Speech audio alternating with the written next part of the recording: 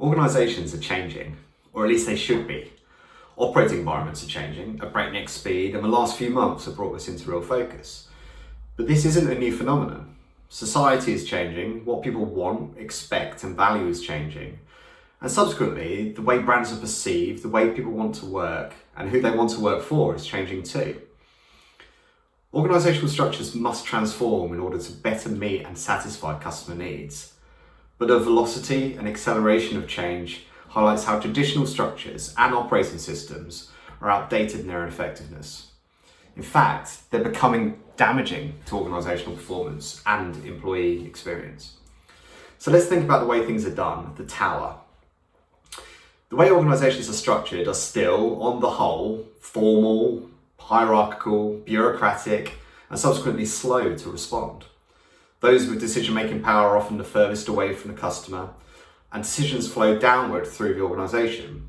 Subsequently, change is slow, directional, and often misguided. Just look at your organisation chart. It probably looks like a tower, with endless layers and groups of siloed functional teams who act on instruction. But it doesn't have to be this way.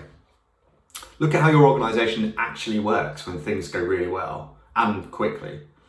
It's often down to smaller groups of cross-functional experts who are focused on specific tasks or customer needs.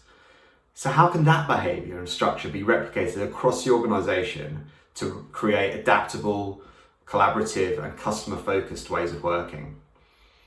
So let's consider the way things could be done, the organism.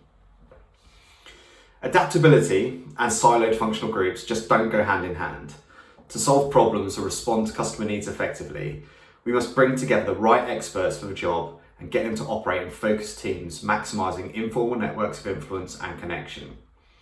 If you were to visualise an organisation working in this way, you'd see the organic links between individuals across the business, spanning beyond their functional group. This would resemble a dynamic organism, not the tower of the past, as teams emerge to focus on tasks, quick to react and accountable for end-to-end delivery. Not only does this way of working enhance adaptability, speed, customer alignment and ultimately business performance, it also makes for engaged, empowered, influential and valued employees. This heightened employee experience will support the acquisition and retention of the best talent, but recruitment processes and the way we view talent need to change too. We must better recognise diverse skill sets and opportunities for individuals to add value in different circumstances. And to remain authentic and attractive, our purpose, culture and customer must become central to our recruitment and onboarding programs. So how can you get there? We're going to be continuing this content series over the coming months, but I just want to share a few thoughts with you now.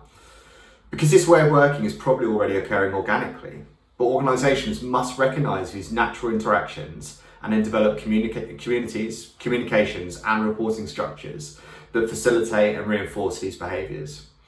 People analytics, and specifically organisational network analysis, is a structured way to visualise, understand and evaluate the connections between people and see how communications, information and decisions flow through an organisation.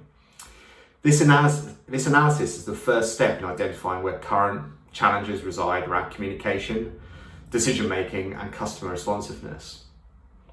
Only then can you begin to design and build high performing network based teams to work adaptably and efficiently through a shift in culture, a shift in where information is distributed and where influence is determined.